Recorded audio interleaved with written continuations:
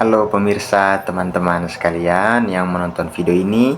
Saya Ambrosius Yanobalur dan saya salah satu mahasiswa dari kampus Universitas Katolik Indonesia Santo Paulus Ruteng. Saya menempuh program studi PGSD ya, PGSD atau Pendidikan Guru Sekolah Dasar. Dan saya berada di kelas 2021F ya, PGSD 2021F. Oke teman-teman, selanjutnya kita akan membahas tiga topik yang sangat ramai diperbincangkan juga di kalangan remaja zaman sekarang ya. Tapi bukan hanya remaja, begitu juga dengan para orang-orang tua atau lansia ya. Dari topik ini teman-teman, seperti yang saya bilang di awal video tadi, yaitu tentang aborsi, hukuman mati, dan juga euthanasia. Oke, yang pertama saya akan membahas aborsi. Jadi ini menurut pandangan saya teman-teman ya. Jadi jika apa yang saya pikirkan tentang aborsi, hukuman mati, dan euthanasia ini bertentangan dengan pendapatnya teman-teman sekalian atau pemirsa sekalian, Bapak Ibu bisa cantumkan komentar saja ya. Jika pendapat saya tidak sesuai dengan pendapat Bapak Ibu, bisa tulis di kolom komentar bahwa aborsi itu begini, hukuman mati itu begini ya. Jadi yang terpenting ini menurut pandangan saya mengenai aborsi dan hukuman mati ini ya. Oke, yang pertama saya bahas dulu tentang aborsinya. Baik, aborsi ini topik yang sangat kompleks dan sering diperdebatkan dengan argumen yang kuat di kedua sisi. Jadi ada yang mendukung berkaitan dengan aborsi ini, namun dengan alasan yang jelas ya. Jadi pendukung aborsi ini biasanya berfokus pada hak wanita untuk menentukan nasib dan tubuhnya sendiri ya. Jadi pendukung aborsi ini berfokus pada hak wanita ya. Jadi memikirkan hak wanita. Wanita itu juga punya hak untuk menentukan nasib dan tubuhnya sendiri ya. Yang mengklaim bahwa keputusan untuk melahirkan seharusnya menjadi hal pribadi, terutama dalam situasi darurat atau di luar kehendak ibu ya. Jadi ketika di luar kehendak ibu dengan alasan yang masuk di akal atau sebagaimanapun itu alasannya, itu berfokus pada hak wanita ya, hak untuk menentukan nasib dari seorang wanita. Jadi dia itu mempunyai hak untuk melahirkan dan juga memutuskan untuk aborsi ya. Dia itu punya hak. Lalu di sisi yang lain, penentang aborsi ini sering melihatnya sebagai pelanggaran terhadap hak hidup janin ya. Jadi kita sebagai manusia itu sejak kita ada di dalam perut seorang ibu, kita itu sudah memiliki hak ya. Hak itu lahir sejak kita ada di dalam kandungan ibu ya. Jadi itu tadi teman-teman. Di sisi lain, penentang aborsi itu sering melihatnya sebagai pelanggaran terhadap hak hidup janin ya, yang dianggap sebagai makhluk hidup yang memiliki hak untuk dilindungi sejak konsepsi ya. Oke, itu dia berkaitan dengan aborsinya ya teman-teman. Ini itu tadi aborsinya itu menurut pandangan saya pribadi ya teman-teman ya. Jadi itu tadi pendukung aborsi itu biasanya berfokus pada hak wanita untuk menentukan nasib dan juga tubuhnya ya. Mengklaim bahwa keputusan untuk melahirkan itu seharusnya menjadi hak pribadi ya. Wanita itu berhak untuk mengklaim bahwa keputusan untuk melahirkan itu kehendak pribadi ya, atau hak pribadi, terutama dalam situasi darurat atau di luar kehendak ibu ya. Jadi mereka itu berhak untuk menentukan nasib untuk melahirkan ya.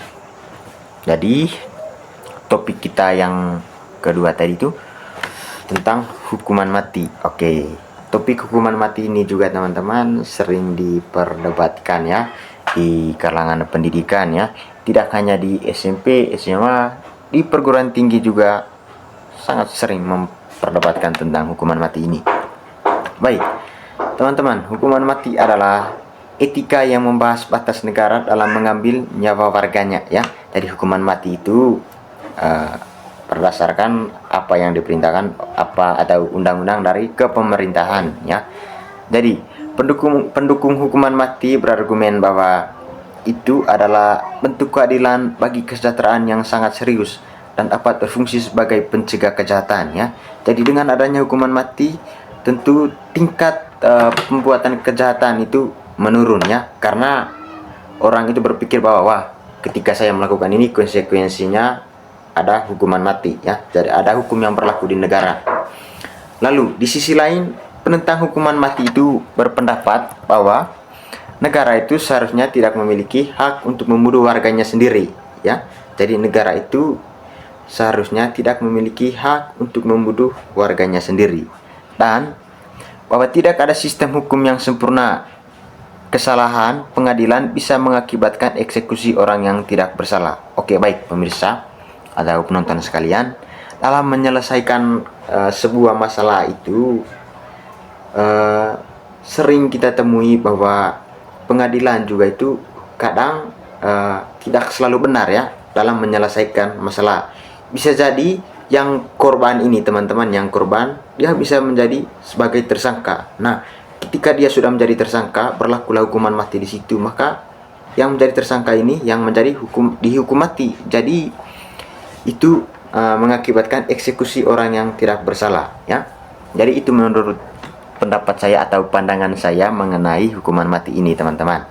Jadi teman-teman bisa mencantumkan pendapat atau pandangan dari teman-teman di kolom komentar ya.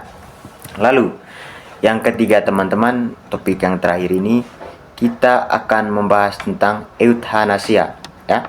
Jadi teman-teman, euthanasia ini berkaitan dengan hak individu untuk mengakhiri penderitaan, khususnya bagi mereka yang menderita penyakit terminal ya.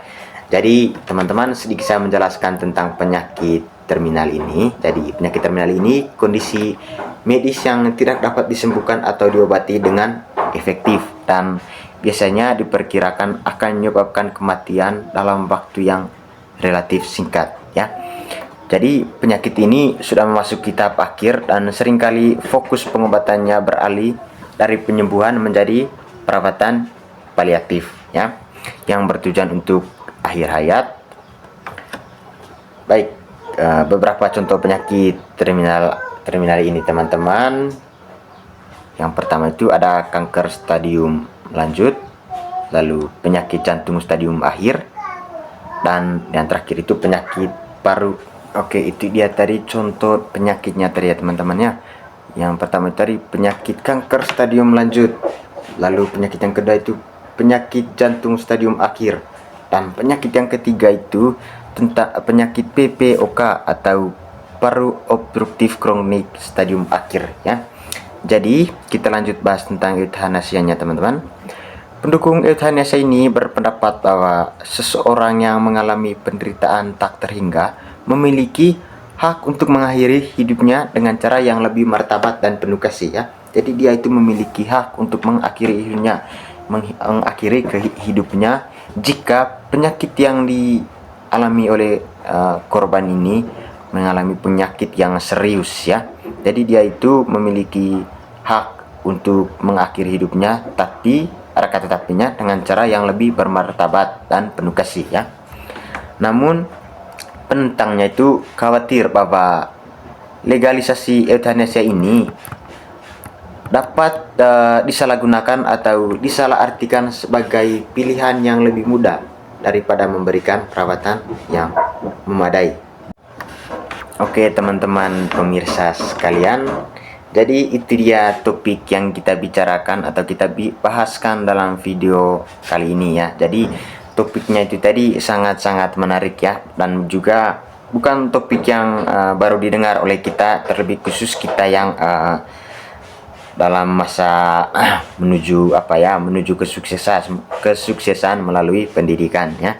Jadi topiknya itu tadi tentang aborsi, hukuman mati, dan euthanasia. Oke teman-teman, sampai di sini dulu untuk video kita kali ini. Sampai jumpa lagi untuk video selanjutnya ya. Saya Ambrosius Yanobalur izin undur diri dari video pemirsa. Sampai jumpa di lain video.